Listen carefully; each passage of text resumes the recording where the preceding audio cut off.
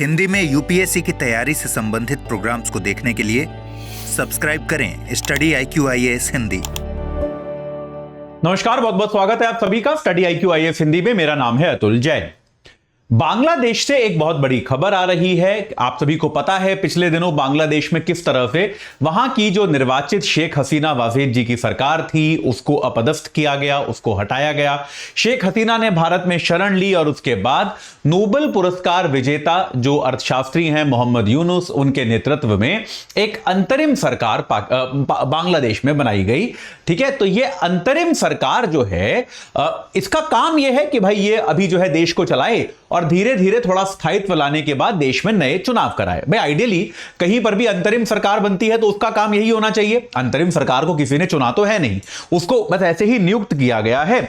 तो इसका काम यही होना चाहिए कि आप जो है देश की स्थिति को संभालें और उसके बाद जैसे ही स्थिति थोड़ी सुधर जाए, संभल जाए, तब आप देश में नए निर्वाचन, नए चुनावों को करवा दें। ठीक है, लेकिन इस अंतरिम सरकार ने आज एक अद्भुत फैसला लिया है, एक बड़ा अजीब फैसला लिया है, जिसकी बांग्लादेश के अंदर ही बहुत ज्यादा आलोचना हो रही है। और अब क्या है कि एक तरह से यह नई सरकार जो है किस तरह से मतलब बांग्लादेश का जो एक इतिहास रहा है उसके खिलाफ जाकर काफी हद तक पाकिस्तान परस्त है ये नई सरकार, ये बात वहां पर सिद्ध होती नजर आ रही है। ऐसा क्या किया है वहां की नई सरकार ने, मोहम्मद यूनुस की सरकार ने, और उसका क्या प्रभाव पड़ सकता है, यह सब मैं आपको बताऊंगा अगले 5 मिनट में। लेकिन उसके पहले बता दूं कि भैया अगर आप एनसीईआरटी की किताबों की समरी ढूंढ रहे हैं तो हिंदी भाषा में स्टडी IQ IAS हिंदी आपके लिए लेके आया है। हिस्ट्री, ज्योग्राफी, इकोनॉमिक्स, पॉलिटी और विज्ञान, इन 5 विषयों की किताबों की जो है एकदम सही, एकदम सटीक एनसीईआरटी की समरी। इसको पढ़ लोगे, एनसीईआरटी करने की जरूरत नहीं रहेगी।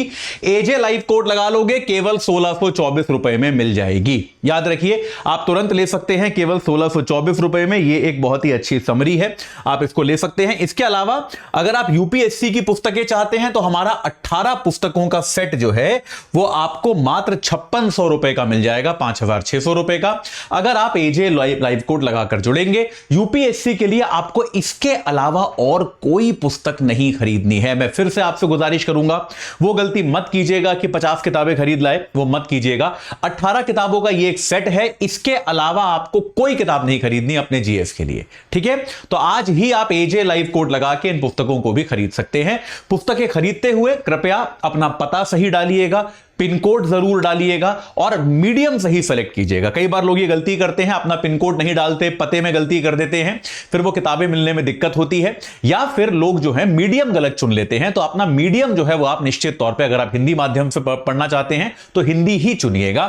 मीडियम का सिलेक्शन का उसमें ऑप्शन आता है, ये ध्यान रखिएगा, ये गलती मत कीजिएगा, वरना अंग्रेजी की पहुंच जाएंगी, फिर आपको उसको रिप्लेस कराना पड़ेगा, हिंदी में लेनी पड़ेगी, तो वो गलती मत कीजिएगा। ठीक है, चलिए साहब, अब एक बार समझना शुरू करते हैं कि बांग्लादेश की सरकार ने वहां पर क्या किया है। देखिए, बांग्लादेश का जो इतिहास है हम सभी जानते हैं कि 1971 में, अगर आप देखें बांग्लादेश का इतिहास, तो 1971 में बांग्लादेश में क्या हुआ था, एक क्रांति हुई थी। यह बात हम जानते हैं। बांग्लादेश में जो नेता थे वहां के शेख मुजीबुर रहमान, उनके नेतृत्व में एक क्रांति हुई थी। उनके नेतृत्व में बांग्लादेश के लोग जो हैं, पहले बांग्लादेश पाकिस्तान का हिस्सा होता था, पूर्वी पाकिस्तान होता था। पाकिस्तान की सरकार से ये लोग लड़े, बांग्लादेश की एक मुक्ति वाहिनी बनी जिसके नेता जो थे शेख मुजीबुर रहमान थे, और उनके भाषणों से, उनके नेतृत्व से प्रभावित होकर वहां की मुक्ति वाहिनी ने पाकिस्तानी सेना से युद्ध लड़ा, जिसमें भारत ने भी मुक्ति वाहिनी का समर्थन किया, और आखिरकार 1971 में बांग्लादेश पाकिस्तान से अलग हो गया और एक स्वतंत्र देश बन गया। तो बांग्लादेश ऐसा मानता है कि भाई ये हमारा एक तरह का स्वतंत्रता संग्राम है, जो कि बात सही भी है। भाई आप सोचिए, अगर भारत का भी अगर हम इतिहास देखें तो भारत था तो 1947 के पहले से भी ना भाई। लेकिन होता क्या है, हम अपने देश का स्वतंत्रता दिवस, गणतंत्र दिवस, ये सारे प्रमुख दिवस कब मनाते हैं, कैसे मनाते हैं? अंग्रेजों से आजादी को हम अपने देश का महत्वपूर्ण इवेंट मानते हैं, उसके हिसाब से हम दिन मनाते हैं। तो ऐसे ही क्या था, 1971 की इस क्रांति की याद में बांग्लादेश में कुल मिला के 8 राष्ट्रीय दिवस घोषित किए गए थे, जो किसी ना किसी तरह से इस क्रांति से जुड़े हुए थे। तो 8 राष्ट्रीय दिवस में छुट्टी होती थी, जिस तरह से हमारे यहां 15 अगस्त 26 जनवरी वगैरह की छुट्टी होती है, छुट्टी होती थी, सरकारी समारोह वगैरह किए जाते थे वगैरह, इस तरह की चीजें जो है वो वहां पर की जाती थी। पर ये सारे के सारे जो थे ये 1971 की जो क्रांति थी इससे जुड़े हुए थे। बांग्लादेश की मोहम्मद यूनुस सरकार ने निर्णय लिया है कि वो इन 8 राष्ट्रीय दिवसों को मनाना बंद कर देगी। बांग्लादेश की मोहम्मद यूनुस सरकार ने अब यह कह दिया है कि भैया ये जो 8 राष्ट्रीय दिवस हैं इनको हम समाप्त कर रहे हैं। ऐसा क्यों कहा है, ऐसा क्यों किया गया है, इसका कोई कारण, कोई स्पष्टीकरण नहीं दिया है। बस ये कहा है कि हम जल्दी ही गैजेट नोटिफिकेशन लाएंगे और ये बांग्लादेश के जो 8 राष्ट्रीय दिन हम मनाते हैं अलग अलग दिनों पर, इनको हम समाप्त कर देंगे। यानी कि आप देखें तो बांग्लादेश की ऐतिहासिक धरोहर जो है, वहां का जो स्वतंत्रता संग्राम है, उसके इतिहास को एक तरह से मोहम्मद यूनुस सरकार भुला देने का काम कर रही है। जैसे मैं आपको एग्जांपल दूं तो मैंने कुछ दिन में यहां पर लिख के लाया हूं। एक दिन है वहां पर 7 मार्च। 7 मार्च को क्या हुआ था, शेख मुजीबुर रहमान ने भाषण दिया था एक। तो ये क्रांति की शुरुआत जो है, यह माना जाता है क्रांति के लिए लोगों को प्रेरित किया था उस भाषण ने। शेख मुजीबुर रहमान का, मुजीब का एक जबरदस्त भाषण था जिसके बाद क्रांति ने जोर पकड़ा था। तो शेख मुजीबुर रहमान के उस भाषण की याद में 7 मार्च को याद किया जाता है। इसके अलावा 15 अगस्त का जो दिन है, जो भारत का भी स्वतंत्रता दिवस है, 15 अगस्त के दिन शेख मुजीबुर रहमान, इसको शोक का दिन मनाया जाता है क्योंकि इस दिन जो है शेख की हत्या हुई थी, मुजीबुर रहमान साहब की इस दिन हत्या कर दी गई थी। इस दिन शेख मुजीबुर रहमान की हत्या की गई थी, जो शेख हसीना के पिता भी थे, तो इनकी हत्या की गई थी। तो इसलिए बांग्लादेश में राष्ट्रीय शोक का दिवस इसको मनाया जाता है। ठीक है। इसके अलावा जो है आप देखेंगे 17 मार्च, 17 मार्च है, हाँ, 17 मार्च को यह माना जाता है कि शेख मुजीबुर रहमान को ये लोग राष्ट्रपिता मानते हैं। तो यह माना जाता है कि भाई मुजीबुर रहमान का जन्म दिवस होता है, उनका जन्मदिन होता है, और साथ के साथ इस दिन को बाल दिवस के तौर पर भी मनाया जाता है। तो ये इस प्रकार के जो ऐतिहासिक वहां के क्रांति से जुड़े हुए दिन हैं, इन दिनों को वहां की सरकार ने अब समाप्त करने की घोषणा कर दी है। इसके अलावा जो है आप अगर देखेंगे 4 नवंबर को आजाद बांग्लादेश जो हुआ था उसका संविधान बना था, तो इसको संविधान दिवस के तौर पे मनाया जाता है। तो ऐसे कुल मिला के 8 दिन थे। अब नई मोहम्मद यूनुस सरकार ने कहा है कि भाई हम इन दिनों को मनाना बंद कर देंगे। यह अपने आप में बड़ी चिंताजनक बात है। देखिए, इस बात को समझिए कि यह बात मानने वाली है, यह बात सही है कि शेख मुजीबुर रहमान जो है, ऑब्वियसली वो शेख हसीना के पिता थे, आवामी लीग पार्टी के नेता थे, इसमें कोई डाउट नहीं है। लेकिन तब भी इस बात को समझना चाहिए कि राष्ट्र की स्वतंत्रता का जो संघर्ष होता है वो सबका साझा संघर्ष होता है।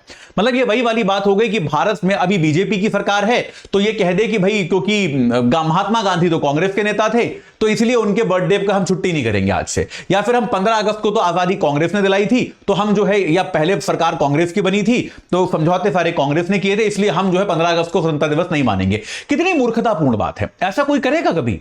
लेकिन यह वहां पर बांग्लादेश में हो रहा है। तो इस तरह से देश के इतिहास के जो इंपॉर्टेंट दिन होते हैं उनको राजनीतिक जो है तौर पर पक्षपाती तरीके से नहीं देखा जाना चाहिए।